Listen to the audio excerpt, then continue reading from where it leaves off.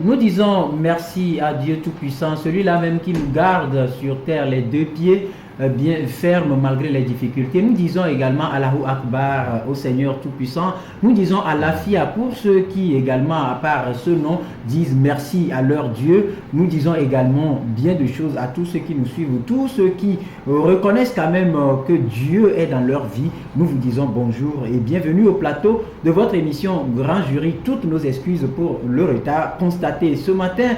Les élèves, donc du moins les candidats au baccalauréat deuxième partie sont fixés sur leur sort depuis quelques heures, des cris de joie, des cris de détresse, des larmes qui coulent. En tout cas, tout est bien pour l'atmosphère qui a régné ce matin dans les centres des cris. Mais déjà, on annonce pour les heureux élus les difficultés dans l'établissement des pièces d'identité devant leur permettre de se frayer le chemin des universités du Togo. Quelles sont ces difficultés? Quelles mesures à prendre? Nous allons en parler autour de ce plateau. Depuis la mise en place du gouvernement c'est l'homme comme Iklassou, pas de conseil des ministres. À quoi cela est dû? Nous allons tenter d'apporter des éclaircissements à nos téléspectateurs, nos auditeurs et nos internautes. Nous allons également parler, puisque les informations font cas de l'invisibilité du leader de CAP 2015, Jean-Pierre Favre. Pourquoi ce retrait? Nous allons également en parler. Voilà donc tout ce qui va meubler nos échanges ce matin autour de ce plateau. Et bien de choses donc à vous toutes et à vous tous qui nous suivez sur les écrans de la télévision Espoir 47, les ondes de radio KMTB à Lomé, radio VGK à Palimé, radio Lumière à Anéro, et puis les internautes de par le monde, le www.ebenradio.com, le www.togovision.com. Merci également à toute l'équipe technique qui nous accompagne. Bien de choses à vous, vos femmes, vos maris, vos copains, vos copines, vos amis, vos enfants, vos familles, bien de choses donc à tout le monde. Et bien de choses également à Sir Adomayakor, le sage que nous aurons bientôt autour de ce plateau pour parler de l'avenir de la jeunesse qui vient d'obtenir son bac. Merci donc aux uns et aux autres. Autour, déjà avec moi, je dirais, le directeur de publication du journal Temps Nouveau, Ibrahim Acha, à qui nous disons salam alaikum. Alaykoum salam. Bonjour Rodrigue et bonjour à tous ceux qui nous suivent en ce moment. Et voilà, la joie peut-être immense dans les maisons. Au même moment, les sentiments sont différents dans d'autres. Des cris de joie, de détresse. C'est un moment très difficile. Ça me revient quand même en souvenir. Oui, c'est ça. Comme ça, la vie est faite. Vous savez, quand certains crient, certains pleurent, certains rient et certains ont de la joie. Donc, pour un examen, vous savez que ce n'est pas évident quand même que tout le monde réussisse. Il doit y avoir des gens qui ont réussi et il doit y avoir aussi des échecs forcément. Donc, c'est la scène à laquelle nous avons assisté ce matin. Pendant que certains jubilaient, il y avait d'autres qui étaient inconsolables. Donc c'est la vie et disons que c'est comme ça, les choses se passent naturellement. Un coup de soulagement puisque la marche a été très difficile. Oui, ça il faut féliciter d'abord le gouvernement togolais, les autorités togolaises qui ont permis le réaboutissement de l'année académique, puisque au départ, on ne pensait pas que l'année, c'était pas évident, on ne pensait pas que l'année allait connaître un réaboutissement, allait aller jusqu'à terme. Et féliciter aussi les enseignants qui ont pensé à l'avenir des élèves et qui ont vite changé de méthode.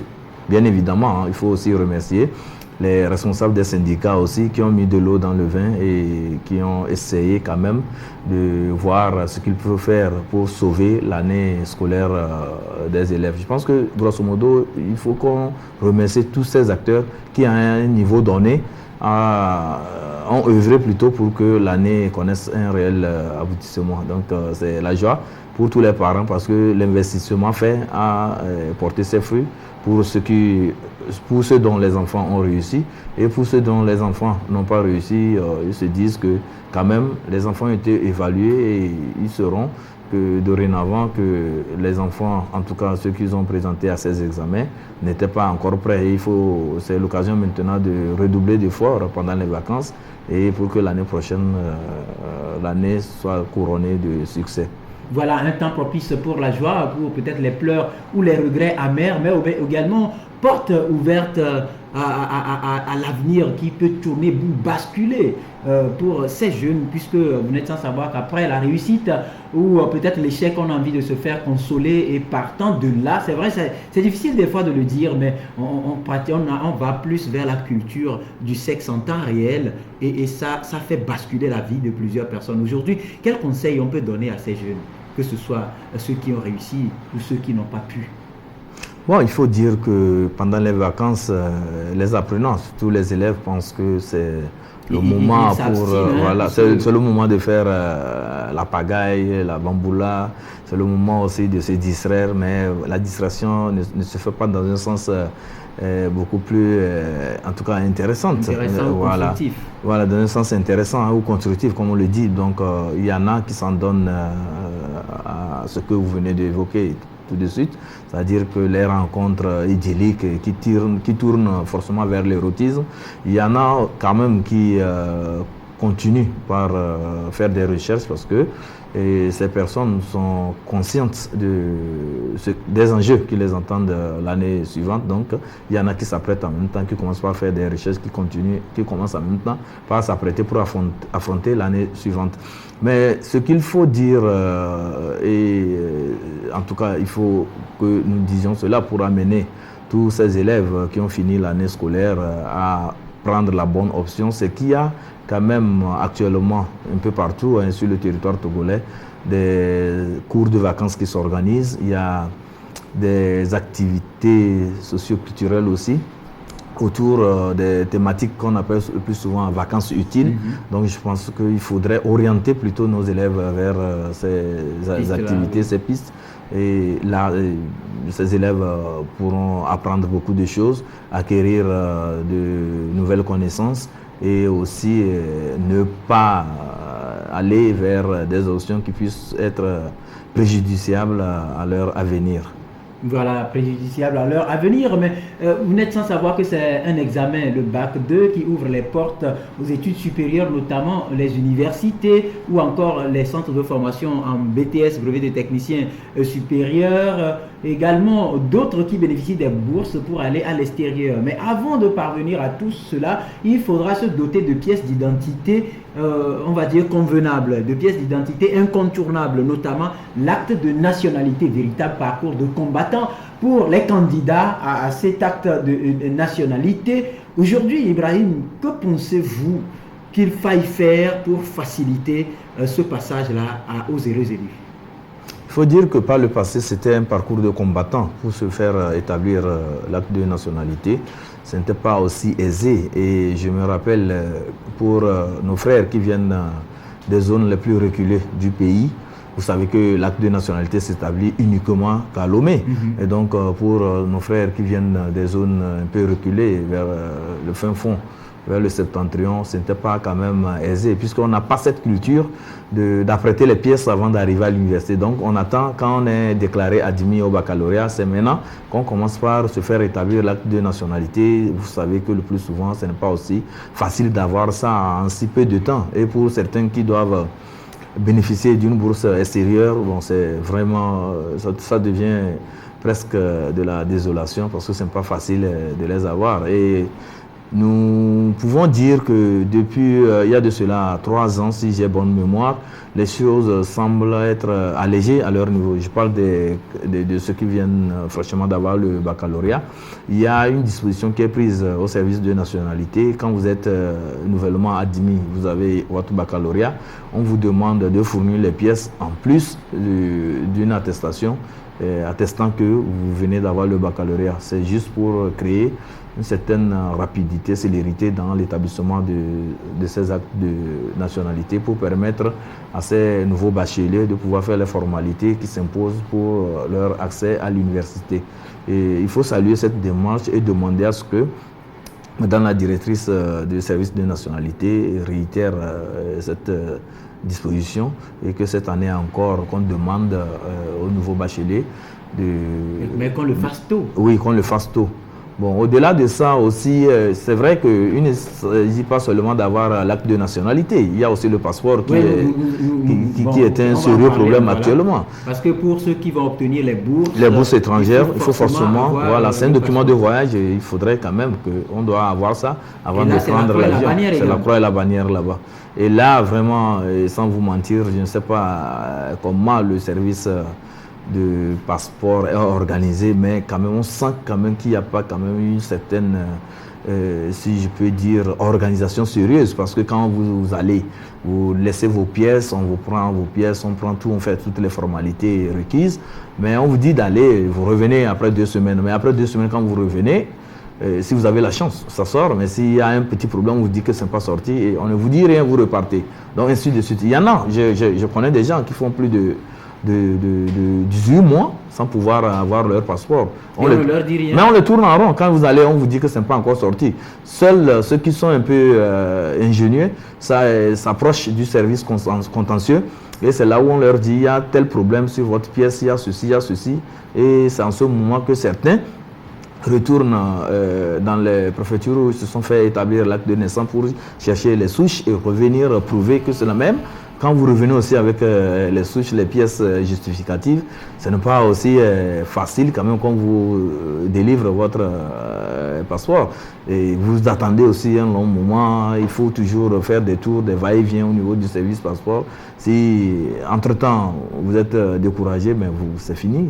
Cette initiative est laissée comme ça parce que vous êtes découragé, vous ne pouvez pas tout le temps vous lever, aller au service passeport, vérifier si c'est sorti ou bien si ce n'est pas sorti. Je pense qu'il faut faire les choses d'une autre manière et quand l'homme va pour se faire délivrer le passeport, qu'il y ait quand même un suivi régulier, même si on ne peut pas suivre comment l'appelle-t-on là, les demandeurs de passeport individuellement, qu'il y ait quand même un interlocuteur qui puisse quand même donner des pistes à ceux qui viennent pour réclamer, voilà, les informer. Voilà, c'est vrai qu'il y a un tableau où on écrit que, en tout cas, telle personne, il y a tel problème sur votre pièce, mais ce n'est pas aussi informatif comme s'il y avait un service ou quelqu'un chargé d'orienter les demandeurs de passeport vers des services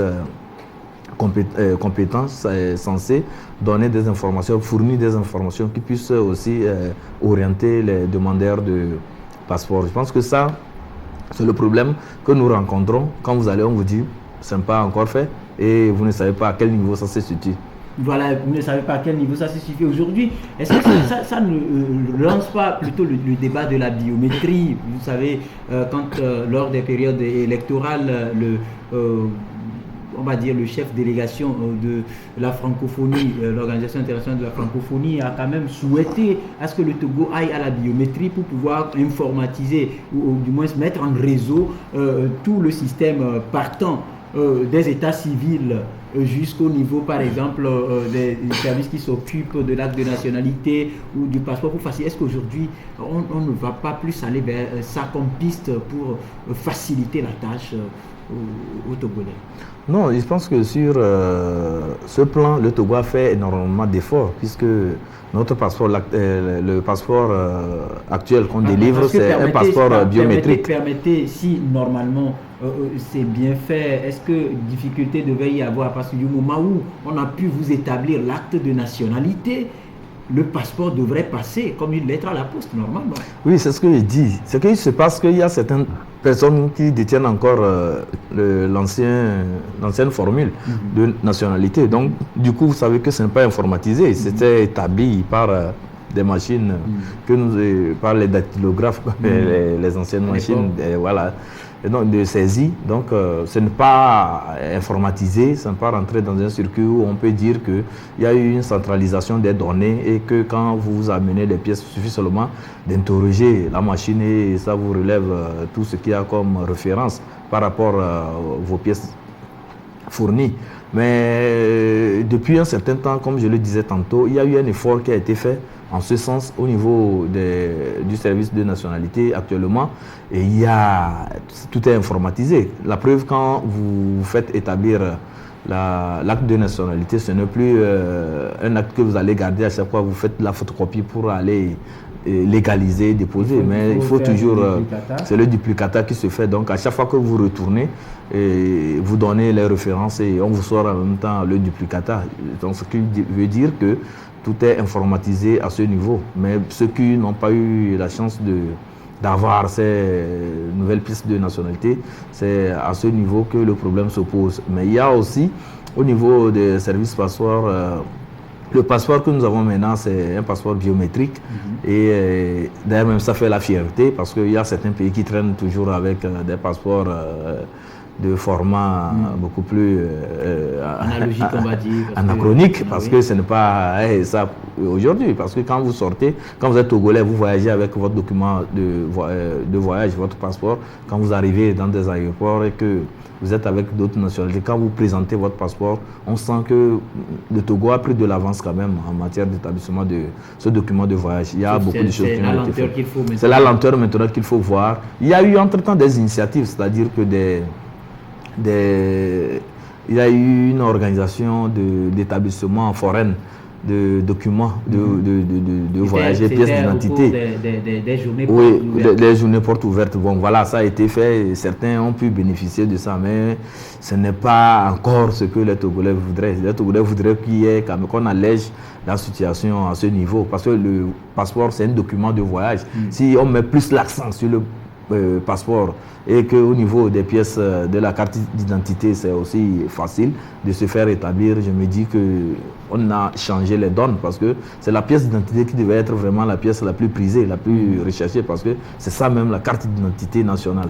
Mais pour le passeport, c'est un document de voyage. Quand vous avez déjà la carte d'identité nationale en bonne due forme, vous délivrez un document de voyage. Je pense que ça ne devait pas poser de problème, ou bien on ne devait pas entourer cela d'un mythe sécuritaire qu'on ne comprend pas. Voilà, nous allons donc, je crois que les autorités sont en train de nous suivre et vont prendre toutes les dispositions et puis pour qu'au niveau du service des passeports également, on puisse permettre une période et faciliter l'établissement des passeports à ceux qui seront bénéficiaires de bourses d'études à l'extérieur du pays. Nous revenons donc en politique. C'est vrai, depuis la proclamation des résultats et les contestations qui ont suivi, d'aucuns aujourd'hui font cas de ce que le leader de CAP 2015 ne serait plus visible sur le terrain. La question se pose et se fait de plus en plus, on va dire, sujet de débat. Oui, bon, mais vous savez que quand on dit qu'on ne voit plus le leader du CAP 2015, c'est-à-dire M. Jean-Pierre Fabre, c'est par rapport à son statut. Vous savez que c'est le leader de l'opposition et le chef de file de l'opposition. Et donc, quand on ne voit pas le chef de file de l'opposition, c'est que ça doit susciter des interrogations. Il est le second homme fort du pays ? Et pas le second homme fort du pays, mais il est un acteur important de la scène politique togolaise. Donc, en vertu de ça, les Togolais doivent toujours s'enquérir des nouvelles du leader de l'opposition, c'est-à-dire du chef de file de l'opposition. Au même titre que quand entre-temps on n'avait pas vu le chef de l'État, c'était de l'inquiétude un peu partout. Chacun voudrait s'assurer que le chef de l'État est au pays, il se porte bien et qu'il dirige le pays. Bon, et nous n'allons pas prendre en ligne de compte ceux qui voyaient en cela, en tout cas, aborder le sujet en termes de réjouissance. Non, ça, c'est des Togolais que, disons, n'ont pas cette fibre patriotique, ne nourrissent pas de nos ambitions pour leur pays. On ne va pas parler de leur camp, on va parler de ceux qui s'inquiétaient véritablement parce que, n'ayant pas vu le chef de l'État depuis plus de 2 semaines.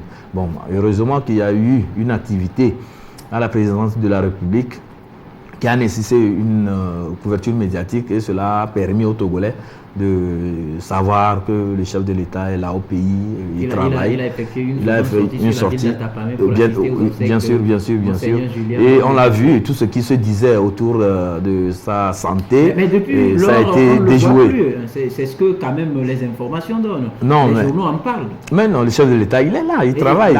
C'est seulement eu de conseil de ministre depuis la mise en place du gouvernement, c'est l'homme comme Iklassou. Non, ça c'est notre aspect. Et on va l'aborder tout à l'heure. Nous allons parler plutôt du chef de file de l'opposition. Selon les informations que nous avons reçues, il a voyagé depuis mardi soir, il a pris le vol pour la France. Et les informations qui nous arrivent font état de ce que c'est pour aller prouver sa victoire, sa supposée victoire aux élections d'avril dernier. Bon, la question que nous, journalistes, nous posons, mais est-ce que c'est opportun quand même d'effectuer ce voyage du moment où tout ce qu'il y a comme information, tout ce qu'il y a comme activité relevant de ces élections est déjà classé, parce que ces élections, l'élection présidentielle de 2015 relève du passé actuellement et tout est déjà mis en branle. Un gouvernement a été formé. Le Premier ministre a été nommé, le gouvernement a été formé, le pays évolue, le chef de l'État a prêté serment depuis fort longtemps. Et je ne suis pas sûr quand même qu'on puisse revenir sur, en tout cas surtout sur les questions relevant de ces élections. Bon, si le chef de file de l'opposition va maintenant en Europe, il dit qu'il va sillonner les chancelleries, il va aller en Allemagne, il va aller en Belgique pour prouver que c'est lui qui aurait gagné ces élections. Je me demande à quoi cela rime. Est-ce que la finalité c'est quoi? Est-ce que ce n'est pas du temps qu'on est en train de perdre alors qu'il y a des chantiers au pays? Un chef de file de l'opposition, vous savez ce que ça suppose comme responsabilité. Actuellement, l'opposition est en hibernation, l'opposition est en lambeau. Un chef de file de l'opposition, le travail qui devait revenir à lui, c'était... Il n'est pas le président de tous les partis politiques de l'opposition. On a bien dit chef de file de l'opposition. Il ne coordonne pas toutes les activités. Non, il est le leader. Il peut commencer, du moment où nous parlons de l'hibernation au pays, du chantier des réformes constitutionnelles et institutionnelles qui sont restées en suspens. Je pense que le chef de file de l'opposition, ce qu'il a à faire actuellement après les élections, c'est de tout faire pour remobiliser l'opposition, rétablir le dialogue avec les autres partenaires de l'opposition et susciter le débat autour des réformes constitutionnelles et institutionnelles. Je pense que c'est ça le rôle d'un vrai leader. Un leader, quand on dit leader de l'opposition et chef de file de l'opposition, ça voudrait dire que vous êtes là et vous entraînez les gens vers des enjeux, en tout cas, qui relèvent de votre compétence, vers des initiatives. C'est-à-dire vous initiez des choses qui puissent être, en tout cas, de portée intéressante pour l'ensemble de l'opposition togolaise. Je pense que c'est à ça que nous nous attendons, et pas à un voyage vers l'Europe. Bon, il y a des mauvaises langues qui disaient aussi que non, c'est aussi pour aller se reposer et faire un tour aussi, voir des parents en Europe. Nous n'allons pas polémiquer autour de ça. Il a le droit aussi, le plein droit aussi de voyager. Mais ce qui est sûr, c'est qu'il est là et actuellement il est en Europe. Voilà, actuellement, il est en Europe et comme nous l'avons dit tantôt, depuis la mise en place du gouvernement, c'est l'homme comme il place sous. Pas de conseil des ministres, de quand vont se demander avec quel signe sommes-nous au courant qu'il n'y a pas eu de conseil de ministres. Vous êtes sans savoir que lorsqu'il y a conseil de ministres, il y a forcément un communiqué qui sanctionne le conseil et c'est lu sur les écrans de la télévision nationale, ce qu'on n'a pas vu depuis la mise en place de ce gouvernement. Comment ça peut s'expliquer? Bon, il faut dire que nous, pour nous Togolais, en tout cas citoyens, quand il y a conseil de ministres, ça nous donne l'impression que le gouvernement est en train de travailler. Et quand il n'y a pas conseil de ministres, ça donne l'impression comme si rien ne bougeait dans le pays. Bon, on ne peut pas comprendre qu'après près de 2 semaines après la formation du gouvernement, qu'il n'y ait pas de conseil de ministres. Et en tout cas, aucune raison ne peut justifier ce retard dans la tenue de ce conseil des ministres. Mais au même moment, il faut faire remarquer que ce n'est pas seulement au conseil des ministres que les grandes décisions se prennent. Il y a aussi ce que nous appelons le conseil de cabinet qui s'organise. Ça, c'est autour du Premier ministre. Et tous les ministres se rencontrent, ils discutent, ils font tout ce qu'il y a comme... Sans que le peuple soit au courant. Oui, bien sûr. Puisque le conseil de cabinet n'est pas médiatisé le plus souvent. On met plus l'accent sur le conseil des ministres, mais le conseil de cabinet est une manche aussi très importante parce que ça permet au Premier ministre d'avoir un peu une vie synoptique sur tout ce qui se fait dans les départements ministériels.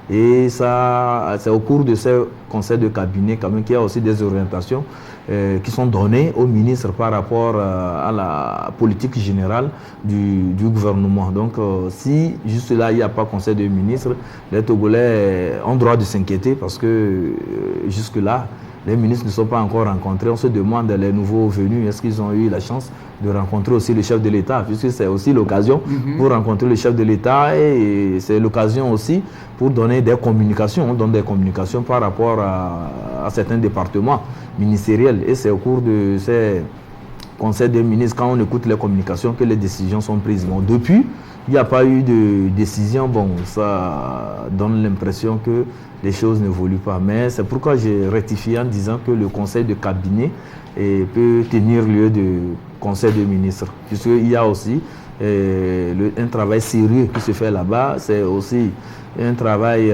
de gestion de la chose publique qui se fait à ce niveau. Et c'est toute l'équipe gouvernementale qui se retrouve là-bas. Voilà, toute l'équipe gouvernementale qui se retrouve là-bas. Mais comment expliquez-vous le fait qu'il n'y a pas d'information, qu'il n'y a pas de communication autour des activités, puisqu'il y a quand même eu la prise de fonction du Premier ministre, il a formé le gouvernement, il est passé devant le Parlement. Maintenant, comment coordonner, puisqu'il a décliné un plan, un programme que les Togolais l'attendent sur ce programme. Il doit donner des cahiers de charges à chaque ministre dans le cadre de l'exécution ou de la mise en œuvre de ce programme-là. Mais jusque-là, on se limite à l'ouverture et à la clôture des ateliers. Mais comment ça se passe? Pourquoi est-ce qu'il n'y a pas de communication autour de ce qui se fait?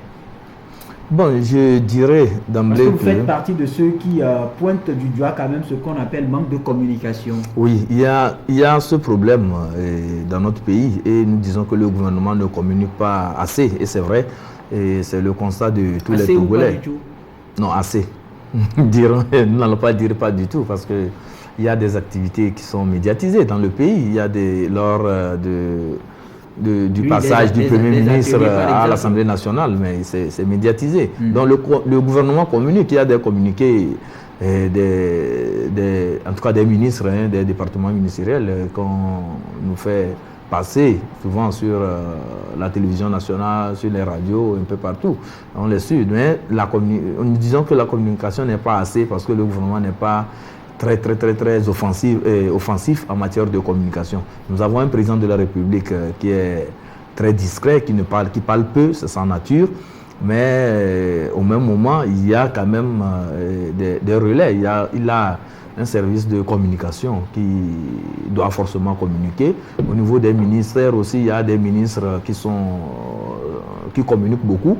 Et il y a le ministère de la Sécurité, le colonel Yark qui communique beaucoup, M. Djiber Bahara, le ministre de la fonction publique qui communique beaucoup. Il y en a, nous n'en avons pas cité tous ces ministres-là, qui font un effort quand même de communiquer. Il y en a quand même qui, je ne sais pas si c'est une phobie par rapport aux caméras et aux micros, je ne sais pas, mais quand même, il y en a qui n'aiment pas communiquer. Mais si on prend la moyenne générale, c'est que le gouvernement communique. Et il faut s'en féliciter. On voudrait quand même qu'on communique un peu plus pour que les Togolais sachent que, puisqu'il y a quand même la reddition des comptes, les Togolais doivent savoir ce que fait le gouvernement. Donc c'est en vertu de cela que nous voudrions quand même qu'il y ait plus de communication autour de l'action gouvernementale, autour de la chose publique. Mais souffrez aussi que je vous dise aussi que nous avons constaté que dans certains pays, la fréquence de tenue de conseil des ministres, peut-être c'est 2 fois par an. Si je prends un pays comme le Cameroun, ça n'existe même pas. C'est le président camerounais, M. Paul Biya, c'est par téléphone qu'il donne des instructions. Est-ce une bonne chose? C'est pour vous dire que c'est une anomalie. Et donc le Togo ne devrait pas quand même copier le mauvais exemple. Donc c'est pour cela que nous, Togolais, nous demandons quand même, nous souhaiterions que le Togo qui s'est engagé sur la voie de la modernité, le Togo qui actuellement dans la sous-région ouest africaine, qui semble prendre la bonne option en matière gestion de la chose publique devrait aussi accentuer beaucoup de choses en matière de communication et tenir régulièrement le conseil des ministres, parce que c'est au cours de ce conseil de ces conseils de ministres que les grandes décisions se prennent. Oui. Et quand il y a ça, les Togolais ont le sentiment qu'il y a traversé des zones de turbulence ces derniers jours, pour ne pas dire dernières semaines, avec tout ce qui a eu lieu à Ouassem Forti, à Tabligo, tout ce qui a eu lieu à Haouté par rapport à cet accident, à tout ce qui a eu lieu par endroit, mais on n'a pas de décision. Oui, il n'y a pas eu de décision, mais quand même, il y a eu des actions qui ont été conduites par les ministres. Si je prends par exemple le cas de Ouassem, il y a eu des visites de terrain. Il y a eu des visites de terrain. Il y a eu l'ouverture d'enquête. Il y a eu l'ouverture d'enquête. Mais maintenant, par rapport aux mesures d'accompagnement des familles, c'est vrai, on a appris qu'il y a eu une délégation de 100 000 distribuée à chaque famille. Oui, non, ça c'est fait par les cadres de la localité. Et puis au niveau du gouvernement, les Togolais auraient aimé quand même voir une action décrétée. Non, du moment où il y a eu la visite de terrain d'une délégation, c'était une forte délégation ministérielle. Et en dehors de ça, il y a eu aussi une délégation parlementaire et qui a sillonné aussi, en tout cas, qui est allée aussi sur le site, qui a rencontré les responsables de la cimenterie de la société en question. Et il a été convenu de prendre certaines dispositions urgentes pour amener les familles des victimes et les familles, en tout cas, éplorées, à pouvoir maintenir le cap le temps que les enquêtes ne donnent les résultats et pouvoir situer les responsabilités et voir dans quelle mesure passer au dédommagement. Parce que sans les résultats de l'enquête, rien ne peut être décidé. Tout ce qui peut se faire actuellement, c'est peut-être des mesures de compassion. Et c'est à ce stade que nous en sommes actuellement et on ne peut pas quand même aller au-delà sans que les résultats de l'enquête ne sont pas connus du grand public et à la suite de ça, tirer les conclusions aussi qui en découlent. Voilà, tirer les conclusions qui en découlent. Nous avons fait cas tout à l'heure du programme du Premier ministre Selon Komik-Lassou, donc programme du gouvernement. Et dans ce programme, il y a un point crucial qui a suscité beaucoup de débats en 2014. Aujourd'hui, nous sommes en 2015. Il s'agit bien sûr des réformes. Tout à l'heure, vous avez dit que l'opposition, les actions ne sont pas aussi coordonnées comme on l'aurait bien voulu. Et au niveau du gouvernement, c'est vrai, c'est resté sur l'étape annonce ou exposé devant le Parlement. Aujourd'hui, où est-ce que vous pensez qu'on devra voir ces acteurs pour avoir plus de sérénité au sein de la masse quant à l'avenir ou au sort des réformes? Non, pour les réformes, nous pouvons dire d'emblée qu'il y a une volonté politique qui s'affiche. Vous avez souvenance que... C'est manifeste? Elle est manifeste, oui. Vous allez vous rendre compte que même avant d'aller aux élections présidentielles dernières, le chef de l'État avait parlé de la mise sur pied d'un comité qui devrait réfléchir en profondeur sur les réformes constitutionnelles et institutionnelles. Bon, ce comité, je pense que est déjà mis en place et il y a des personnes ressources qui devaient travailler pour pouvoir sortir des propositions et des recommandations idoines qui puissent amener le pays à amorcer cette question des réformes et de réformes institutionnelles et constitutionnelles avec sérénité et surtout avec beaucoup plus de rationalité. Et je pense que c'est autour, en tout cas, de ce conseil que le débat devait être suscité. L'opposition devait commencer. Déjà, c'est un avis que je donne, c'est ce que je pense, devait commencer par bousculer, entre guillemets, le gouvernement pour que ce comité travaille et sorte son rapport et ses recommandations pour que le gouvernement aille vite sur les questions, sur les chantiers de réforme institutionnelle et constitutionnelle, mais sans que ce comité ne travaille jusque-là, je pense que nous allons tourner en rond. On va toujours aborder ces questions de réforme institutionnelle et constitutionnelle avec légèreté, parce que rien de concret n'est encore sur la table pour qu'on puisse aller de l'avant. Et quand nous prenons un peu du côté du gouvernement, c'est de faire diligence pour que ce comité soit mis en place le plus tôt possible et commence ses activités. Parce qu'on ne doit plus traîner, puisque le chef de l'État même a dit lors de la campagne que lorsqu'il sera élu, il n'y aura pas de temps perdu.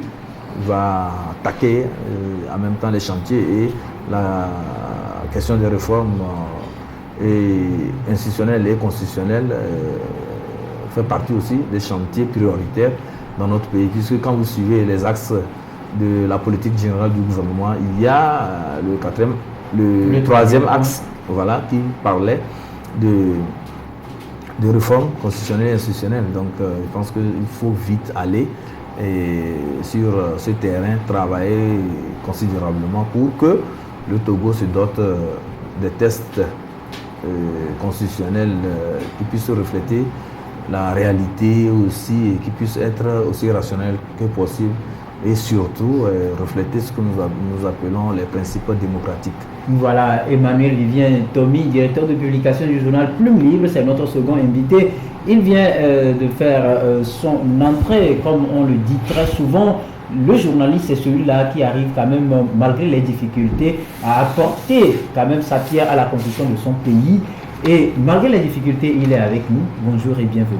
Bonjour, et effectivement, merci à tous ceux qui nous écoutent et nous regardent présentement. Je vous suivais en cours de route. Si vous permettez, je peux commencer déjà par le sujet des réformes. Je pense que, comme vous avez su poser la question, le sujet des réformes revient toujours dans le programme de chaque Premier ministre.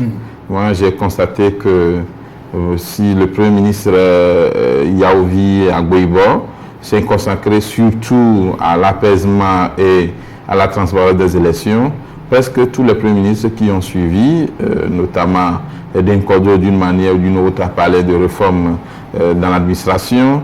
Et puis après, on a eu les réformes avec Gilbert Fossou-Humbo qui a dit, même après la signature de l'accord entre l'UFC et le RPT, que dans presque 6 mois, on verra le vrai visage des réformes. Ce sujet est revenu également dans la copie de Aoumé Zounou. On a vu effectivement la question des réformes dans la déclaration de politique générale d'Aoumé Zounou. Et M.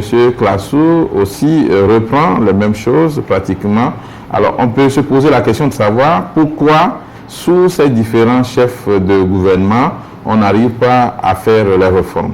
La réalité, c'est que c'est au chef de l'État de donner effectivement les consignes pour qu'on puisse arriver à ces réformes. Vous vous souvenez sans doute du vote qui a eu lieu à l'Assemblée nationale, où on pensait qu'on allait effectivement finir avec la question des réformes, mais à un moment, on est retourné à la feuille du début. Je pense qu'aujourd'hui, M. Klassou a promis aussi les réformes au Togolais, d'une manière ou d'une autre. Il faudra que M. Fornia Singbe, qui est élu par tous les Togolais, ou du moins la majorité, et qui est donc président de tous les Togolais, puisse effectivement donner confiance à ses concitoyens en opérant ces réformes-là qui ne visent personne et qui ne devraient viser personne. C'est d'ailleurs l'erreur d'une certaine classe politique qui voudrait utiliser les réformes pour bloquer une personnalité politique ou un parti politique. Les réformes ne doivent pas viser des personnes physiques. Les réformes, c'est pour l'État, c'est pour la nation. Je crois qu'aujourd'hui, beaucoup de leaders politiques de l'opposition doivent regretter le fait qu'on n'accepte pas d'abord d'adopter ces réformes-là et qu'après qu'on pense à l'applicabilité. On a voulu mettre l'applicabilité devant même les réformes et je crois qu'aujourd'hui nous en sommes bloqués. Si dans le continent africain, beaucoup de pays luttent aujourd'hui pour pouvoir limiter le mandat, nous l'avions limité déjà en 1992. Nous avions dit que nous ne voulons plus qu'un seul président reste au pouvoir pendant toute sa vie et qu'il fallait faire au plus 2 mandats. Mais aujourd'hui, avec la modification de 2002, nous sommes avec une constitution qui ne donne pas de limite. Quelqu'un peut être président aujourd'hui au Togo pendant 30 ans, 40 ans, 38 ans, pour toute sa vie, parce qu'il n'y a pas de limite. Donc le nécessaire... Parce que depuis l'indépendance du Togo jusqu'à aujourd'hui, s'il faut vraiment compter, on a eu que 3 véritables présidents. Et puis, il n'y a qu'un seul président en vie, c'est Faure Gnassingbé. Contrairement au Ghana où les anciens présidents sont souvent... Qui a traîné sur la toile oui, les anciens présidents sont souvent appelés. Aujourd'hui, on a que Faure Gnassingbé, qui est ancien président et président en exercice. Peut-être on va parler de Abbas Bonfo, qui a fait quelques mois. Mais je crois que c'est terrible. Et les acteurs politiques, aussi bien du pouvoir que de l'opposition, devraient essayer d'aller à l'essentiel, c'est-à-dire les réformes, pour que notre démocratie connaisse un essor. Aujourd'hui, au Bénin, il ne faut pas de miracle. Au Sénégal, ce n'est pas le miracle. Mais le Togo peut faire mieux. Ce qui s'est passé au Burkina Faso, les gens disent non, mais il ne faut pas qu'on se trompe. Les Togolais ont commencé par faire ce processus démocratique depuis 1990. Nous, on n'avait même pas besoin du vent du Maghreb pour mettre effectivement la question des réformes politiques sur le tapis. On avait déjà commencé en 92 par limiter le mandat du président de la République. Aujourd'hui, avec la modification de 2002, on est revenu à la case de départ et il est très important que tous les leaders politiques puissent s'accorder sur le nécessaire, l'essentiel. Les réformes d'abord et puis après, on va voir comment est-ce que cela va s'appliquer. Mais si c'est dans le vide, je crois que c'est dommage pour le pays. C'est dommage. Voilà, comme Vivien l'a dit tout à l'heure, depuis 1990, le Togo a amorcé cette marche. Aujourd'hui, est-ce qu'on doit dire que c'est un échec? Bon, nous dirons que c'est parce que... Du temps perdu. Non, du temps perdu, oui, je dirais que oui, parce qu'on a trop tergiversé sur cette question des réformes institutionnelles et constitutionnelles. Et pourquoi est-on arrivé à cet état de choses? C'est parce qu'à un niveau donné, au niveau des formations politiques, chacun faisait des calculs politiques. Personne ne visait l'intérêt supérieur de la nation. Chacun, dans son camp, voudrait s'assurer que ces réformes-là apportent en tout cas des plus à sa situation politique. Si je prends le cas du pouvoir, le pouvoir à son niveau, et compte tenu de tout ce qui se dit du côté de l'opposition, comme quoi l'opposition ne voudrait plus voir le candidat du pouvoir en place aller encore aux élections, et le pouvoir aussi s'est dit que si nous allons amorcer ces réformes, étant le parti majoritaire d'abord à l'Assemblée nationale, si nous devons faire ces réformes et que ces réformes-là doivent nous balayer, il n'y a pas question que nous options plutôt pour la réussite ou l'effectivité de ces réformes. Du côté de l'opposition, les gens voudraient bien les réformes, mais voudraient quand même mettre out un candidat très sérieux, un candidat qui inquiète. C'est M. Faure Gnassingbé que l'opposition ne voudrait pas avoir encore comme candidat lors des élections passées. Donc ça fait que ces jeux d'intérêt et ces histoires de combines politiques ont fait que ces réformes ont échoué, ça n'a pas abouti. Je me rappelle lors du vote du 30 juin dernier, et 30 juin 2014, il y avait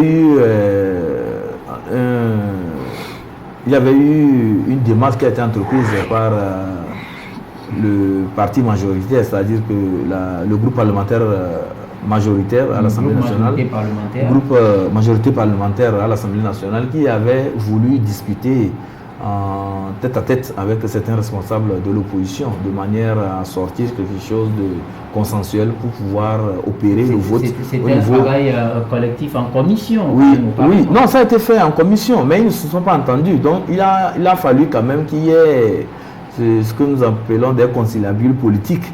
Mais ça a échoué parce qu'il y avait de l'intransigeance. Et l'intransigeance venait beaucoup plus du côté de l'opposition. Or, vous savez qu'en politique, il faut savoir... On a vu que c'était une véritable balle de ping-pong parce que les uns et les autres ont eu quand même à le dire.